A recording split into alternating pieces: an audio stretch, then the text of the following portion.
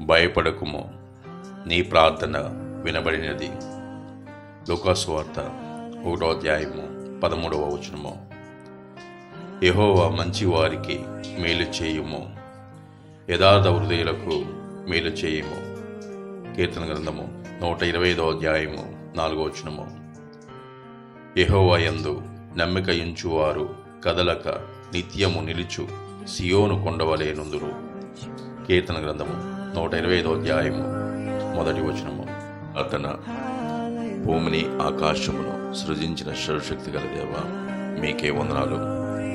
దినదినము మమ్మలను కాపాడుతున్నందుకు మీకు స్తోత్రాలు, స్తుతులు. తండ్రి, ఎంతమంది అయితే ఈ వాక్యాన్ని వీక్షిస్తున్నారో వారి కుటుంబాలకు, వారికి ఆశీర్వాదం ఇవ్వండి.